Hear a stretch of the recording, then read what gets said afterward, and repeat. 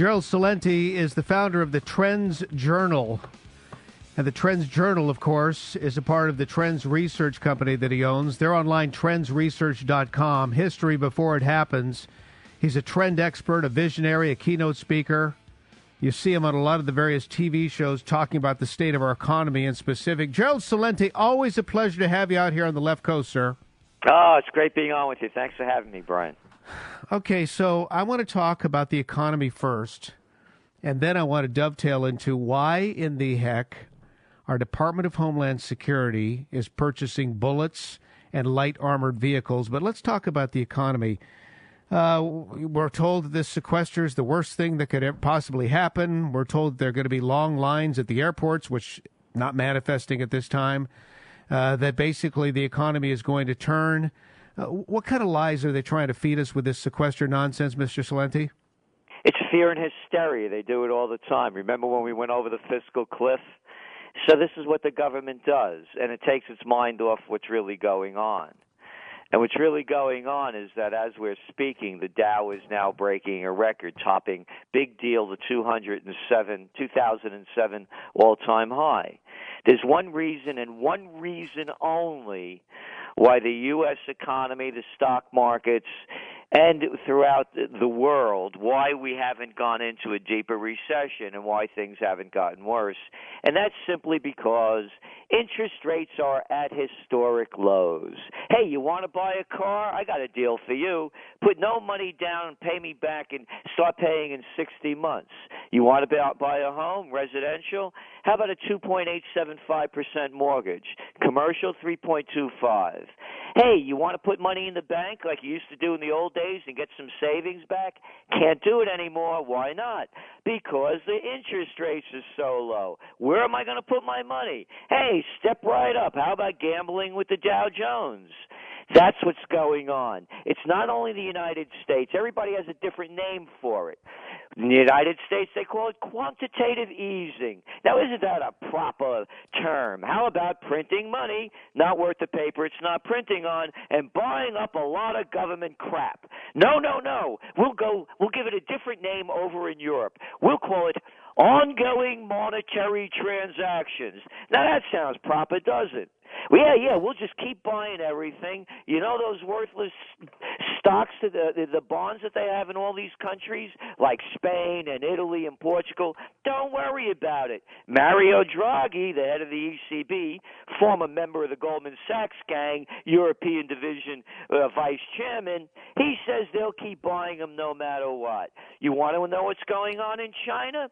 Very simply, listen to the Communist Party reports coming out as we speak now. More money going into the system. We're going to keep it afloat. Hey, look what's going on over there in Japan. New Prime Minister, Abe. What did Abe do? Well, since he came on, when they said he was going to win in December, the yen has lost 20% of its value. Why is that? Well, because he said the Bank of Japan has to keep buying up worthless assets and print more money.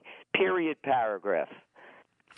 Gerald Celente with us on KFSO, TrendsResearch.com. Okay, so Gerald, you just mentioned all this money that we're printing. The Fed is printing money.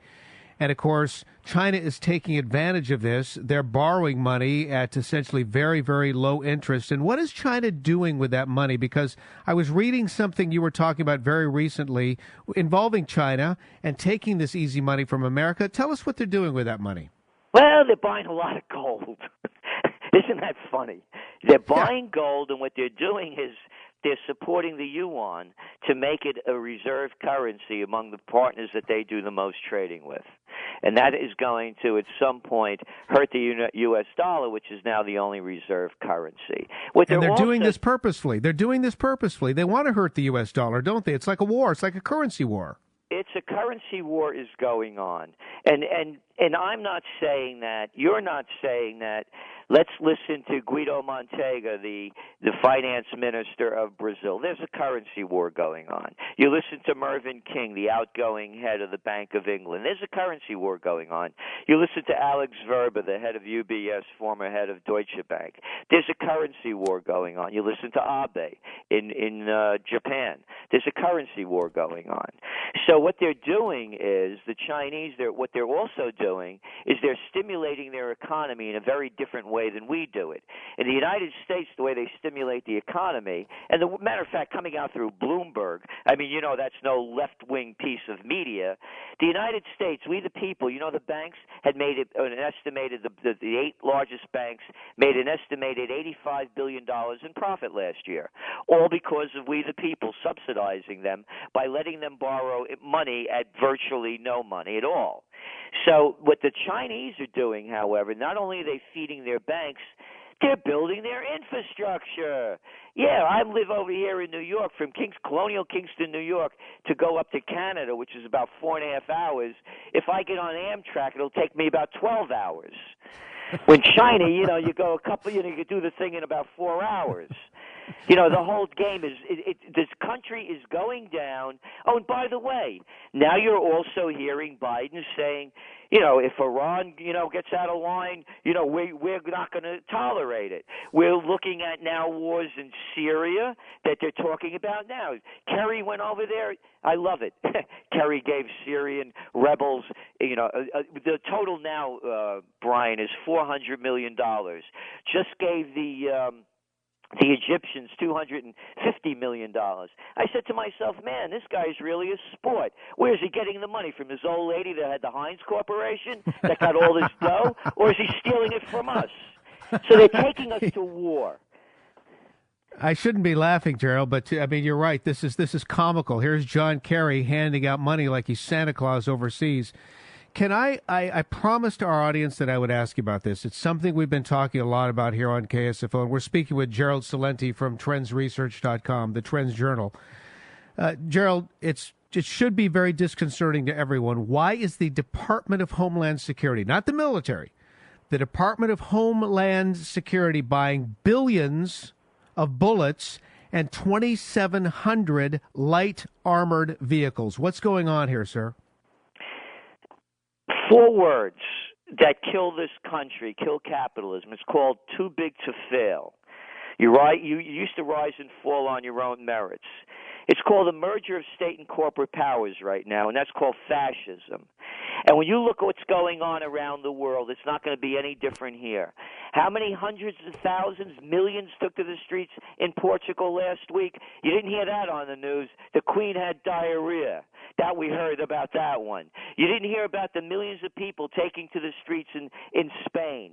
You're not hearing about all of the people that are taking to the streets continuously and the riot police that are building up in Greece.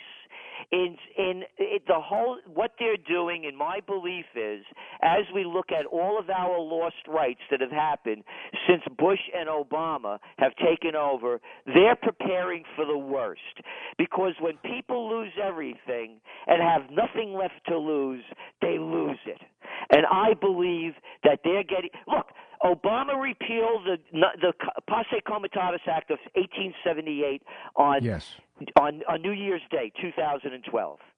And that now allows the military to take over police duties. Heil Obama. TrendsResearch.com, Gerald Celente. There's never enough time, which means we have to have you back on soon. The Trends Journal, it's a must-read. Gerald, as always, thanks for joining us here on KSFO. Hey, thanks for having me, Brian. Thanks for joining us here on KSFO.